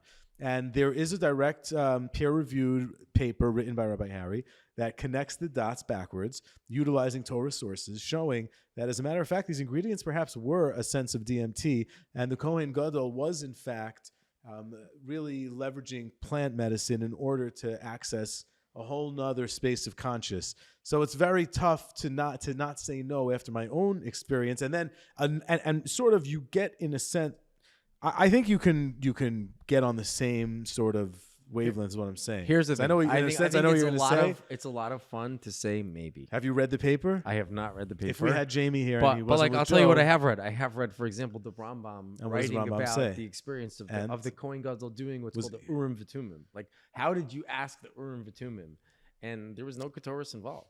And that was a minor The prophecy. Urim experiment. V'Tumim is the magical quote unquote breastplate that the tribe of Israel at the time would ask Right, its they would- wartime they would- questions they to. would use it to They would. communicate. Let's be clear about what we believe, so people who are watching this or listening Yeah, understand. this is like a we tricky this is a concept. very wild concept. So we're brought up to believe rather that during the Temple era, it's written in the Torah and in the commentaries on the Torah. Really interesting people who write those commentaries, very, very holy and knowledgeable. And what they write is that prior to any significant maneuvers by the tribe of Israel at the time, we had this magical breastplate that had certain kinds of gemstones on it, and we would ask. We're taught this as well, like that we would ask to the breastplate questions, and it would tell us by shining different gems, different ways, which tribe should go, how they should do it. Hang on. Now, today, such technology re-exists. When I learned that they had this technology back then, to me, I'm not so shocked because that Google Android device right there, I can push a button and I can ask it, should I go to the Keys next weekend or is the weather going to suck? And it's going to tell me. I think the Jews had such technology at a conscious spiritual level. They said, are we going to war or is it going to suck? And it was a holy answer versus a physical spiritual. But it represents the understanding of, and this is what I was saying that Joe Rogan talks a lot about, which is, and I think philosophically, you have, what was his name? Graham Hancock on his Netflix special. He's talking about ancient civilizations and their technologies. It is possible that technologies that we've had are lost. And I'll give you another example. Yeah, imagine, for example, the U.S. government bans stoves. I don't know if you read about this week. Did you read about this? No. Oh my God. I don't know what rock you're living under, but basically they came out with an edict from the Biden administration that they are going to ban stoves by this and this date because they realize that it's 12% or so of all asthmas from stoves, and they want to make everybody electric. Bro, the backlash was out of control wild. But imagine if they succeeded for a minute. And imagine we lost the technology to deliver propane to our homes. Imagine if we are only living in this electric horror of a world where somebody can pull the plug and control you at any given time they want, and you are all electric, and some time goes by to a point where they need to rediscover propane delivery systems in our homes. There's such an idea that is now being promulgated in the thought community of, have ancient civilization technologies disappeared? I could wrap my head around that. Maybe. Because again, I'm an Urim Vitumim guy. I understand that we can go. I believe that there was some supernatural existence in the First Temple era. They had some sort of vibrational frequency, spiritual technology. They were able to ask this breastplate that had beautiful gemstones and Hebrew letters, mystical stuff on it, and they got the answers they needed. Do you not believe that? I believe something that would take. Believer? I believe something that would take a lot more than the time we've been using this whole time. Let alone. What do you think was going on? What was going on? Explain what I think may have been going on. But what's at the core of what's going on is that I really don't know.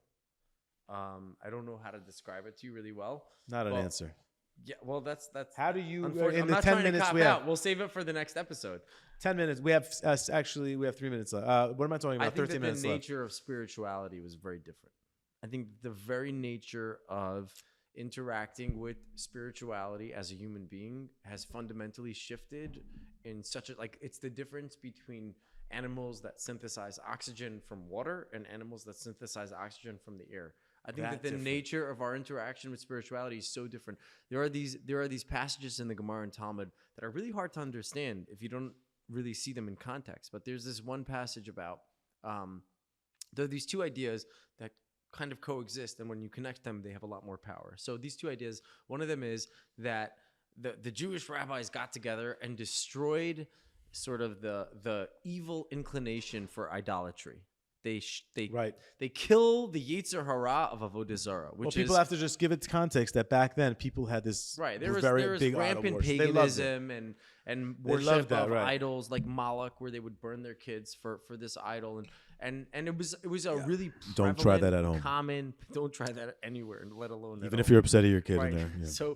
So idolatry was a real part of reality, and there's this passage in the Talmud that talks about the rabbis destroying this sort of will or temptation for idolatry. That's one idea. Then there's this other idea that there's this, and this is not an idea, this is actual reality. There's a major shift in the way that Judaism is practiced, adhered to, and experienced. And this shift happens in the time of Esther, in the transition between the first and the second temples. And it happens because of what I think is a change in reality, a change in the nature of the way that we experience spirituality. What happens is there's no more prophecy in Judaism.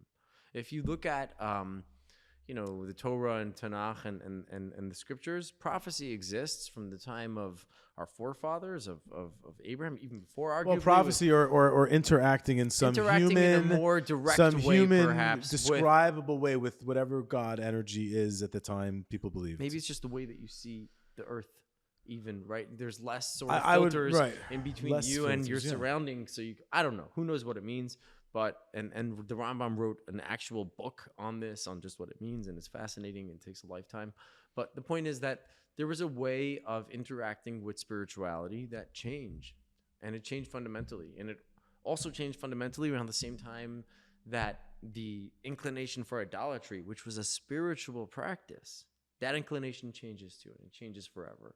And I think that this is not me not answering your question of what do I think is going on. This is me saying, like, there's so much we don't know. It's an equivalent, I think, of two blind people discussing the difference, Right, not of course. between black and white and color, but the difference between 24 color scheme and a 360 color scheme. Do we really even have any idea of what the hell we're talking about? No, but we're like, talking about concepts that we can try to relate to through the use of metaphors that are based on metaphors that are based on metaphors that yeah, are but used. I think it's important to even get to a place where you can agree that that's the reality. I think that there is Yeah. a reality. Now, trying to explain the mechanism or the medium or the specific components of how that worked, I think that's silly. Frankly, I think that's very silly. And to try to say that A, B, or C is exactly what happened, I don't know. I think it's fun to speculate sometimes because when our brain has a way of initially conceiving of something, there has to even be- if no, I no, say no, that's hang not on, hang the on. way, Hang now on. I know there is a way. You have to at a certain point come to some sense of conclusion on beliefs in a sense, like on a describable. I would like to on a disagree. on a describable way for the layman. If what are people teaching their kids then from a biblical I standpoint? think first of all, sir, I disagree categorically with what you just say. Well, we teach our kids certain things, yes or no. I think you have to live with questions your whole life.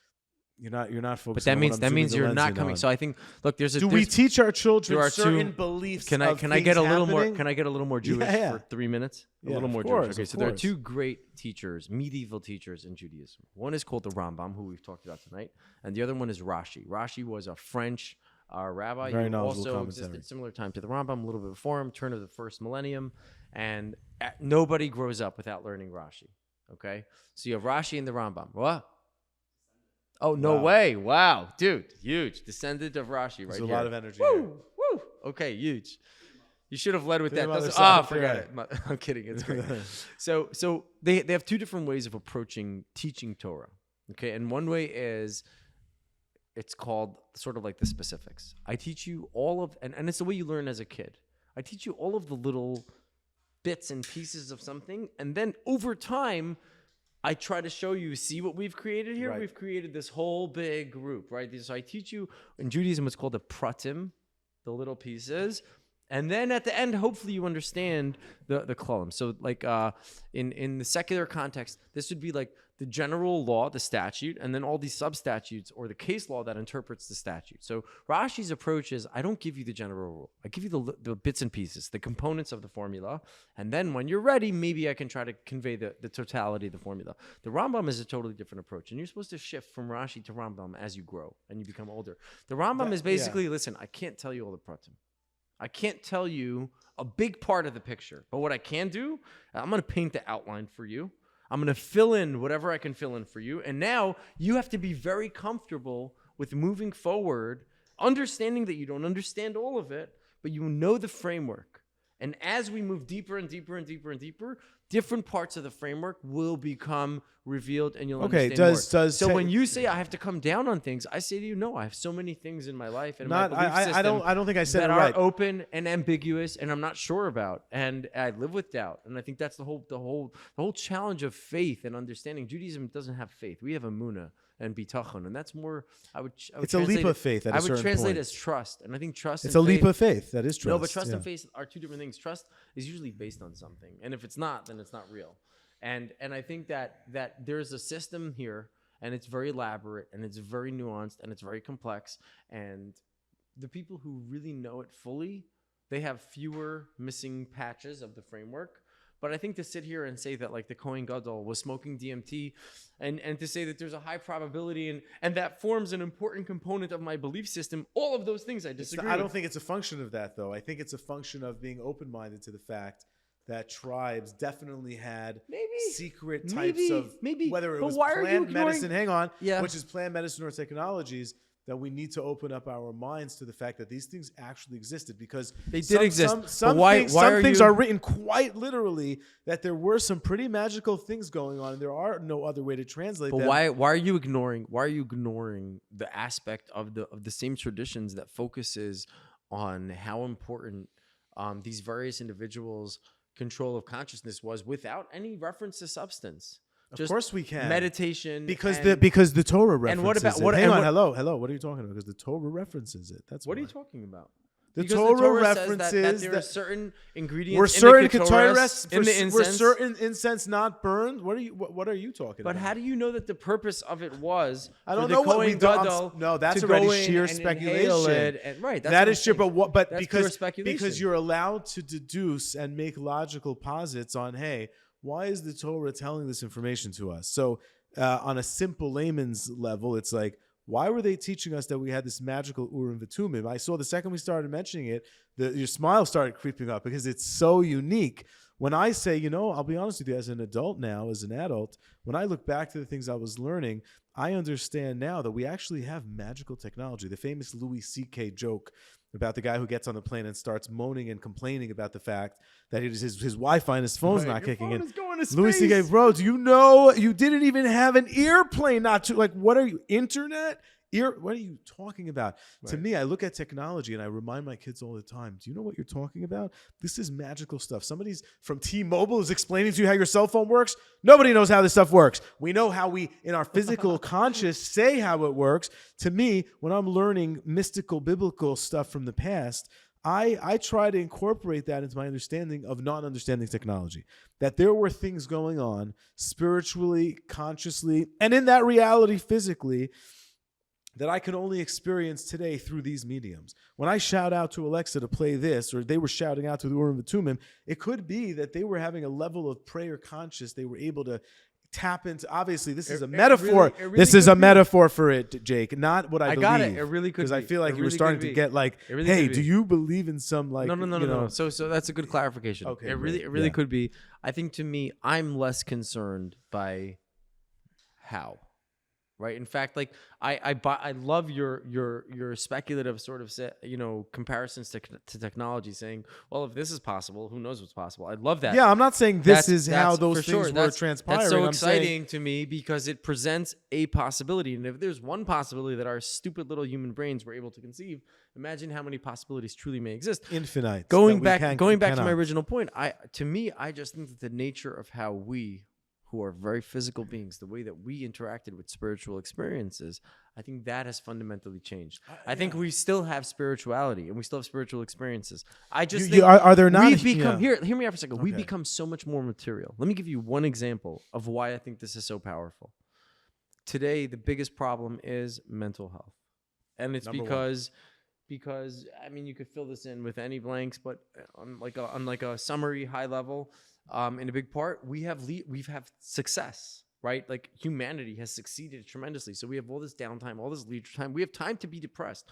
When you're running and hiding from saber-toothed tigers or from Nazis or any kind of persecution, you don't have that time. You're busy with surviving, and that's the most meaning-producing activity that is available to man. But when you don't have that, i.e. today, we have the second, maybe even the third or the fourth generation of really successful middle and even lower classes, to where starvation is not really a problem, at least in our part of the world. There are parts of the world where I know it's a challenge, and I don't mean to be insensitive to them, but what we can see from our parts of the world, the Western world, even some of the second world, when you don't have to struggle to survive, your struggle becomes busy with other stuff. And I think that humanity is on a trend towards a much more material existence. As we move towards cyberspace, I think cyberspace is even more material. It's more superficial in a certain sense. But that gives us the opportunity to free up our time to live a more spiritual life. For sure. I don't like that you're saying in a sense that we're heading. But I don't. Hang on. That you have to choose that though. You have to choose that, and the masses are not choosing that. Stop being so flowery and optimistic. I'm not the being masses flowery are and not. Optimistic. Most of the people on Instagram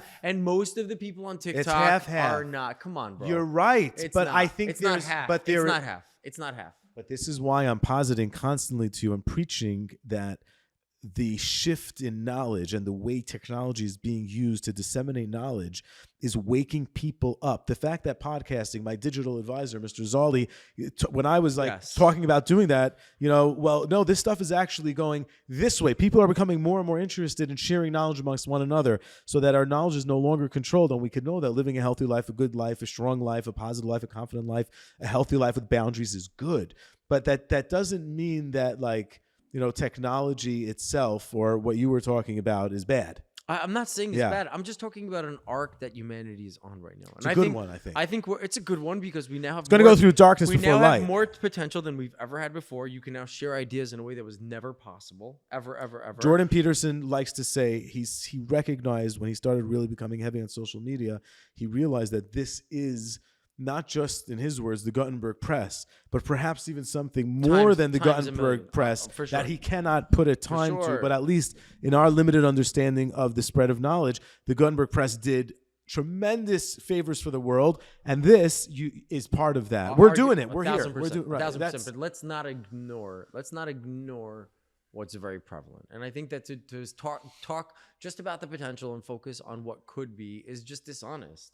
Because let's face it, around us, you have a giant percentage of different cultures, but the culture of the zeitgeist that is on a trend towards a much more... Towards Saddam and Amora, Not even that. Let me just say it this way. It's a much more material-focused existence than has ever existed before. You have more different... there's this guy, Antonio Garcia Martinez, who's like a really successful Silicon Valley investor, tech guy who is Not familiar with him. becoming a Jewish convert of all things. Super cool. And he's welcome been on welcome to the tribe. Rogan. He's been on Joe Rogan. Oh, interesting. And he's been on 1840 David Bashevkin. Oh, we got to get him on the Unconventional. Really What's his name? Antonio Garcia Martinez. Antonio Garcia Martinez, you're welcome here for Shabbat. He wrote a 2-part essay online called Why Judaism, where he explains why he, like this super forward-thinking futurist type guy, is choosing this ancient, sometimes absurd seeming, especially from the outside, 100%. I don't disagree system with of tradition and beliefs. And he talks about an idea in his essays that was really, really like important for me to integrate into my algorithm of thinking in reality. Like, and I think I remember you sharing something. He talks about this idea of optionality, how we as a society are progressing towards, maximizing optionality. Optionality is this idea that you are always cultivating options. You're never actually choosing something, and you're always just cultivating options and possibilities. And this comes from having, I think, so I don't know much if he says free time. having, Yeah. no, but not just so much free time, so much options. Like Jerry Seinfeld used to have this bit where he would go into the pharmacy and he'd be like, I need Tylenol, but do I want fast acting or long lasting? Right.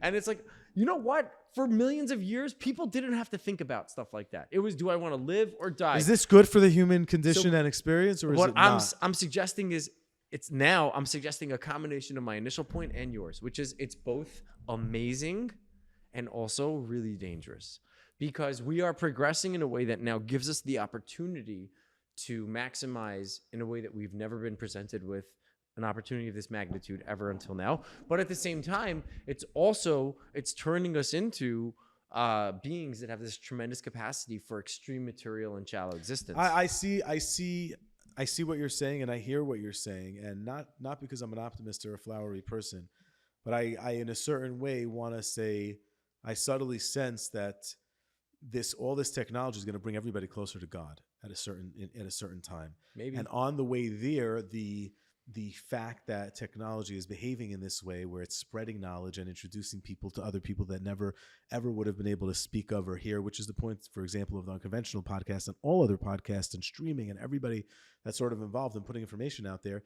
This is ultimately going to bring people closer to the revelation of a being that exists beyond Gucci and cars and business and money, which we spoke very little about business and money, unfortunately. But that being said, I hear what you're saying, but to me, it's sort of like, yeah, this is what we're going to go through, figuring out the regulation of digital currency. We just have to choose right. We are going to choose right. The world always ends up choosing right, or it goes through. We know that the world's never going to be, we have in our tradition, that the world's never going to be totally annihilated ever again. There's never going to be another ice age or a global warming program. There's this guy who's like a big speaker. He likes to say, Mena, I think his name is. He's like, I don't know. You know who I'm talking about? He's this like 80-year-old businessman. He gives these courses, charges a lot, and he likes to scream about, you think global warming is real? And he uses a lot of foul language, which I try not to, and I don't. But he says, you think global warming is real? Yeah, show me one condo development that the bank's not lending against, or there's a disclaimer that the condo may be underwater in 10 years. If it was going to happen, like, we're going through cycles. We go through cycles. We're going through a cycle of technology becoming really introduced to the world and then putting it in everybody's hands. What happens now is going to be wild to see. I think this is like a Gog and Magog moment, We have the push of technology delivering untold sums of information to people that they've never had access to before. Now we have to make good decisions. Yeah. And I think people will make good decisions because most people are good. People are generally good. They're generally good. That's just how people are. That's what I believe. And I think that putting boundaries around and helping people understand why boundaries are good will result in a global sort of moment where everybody has that revelation. And that's what I believe. And I think that'll happen. There might be very dark times in between, and we may, God forbid, be heading into them. But I don't feel that way. I feel like the world chose to say, no, you're not going to ban our stoves, Joe Biden. Are you out of your mind? What are you talking about? Makes no sense. Like, these things are not going to get through.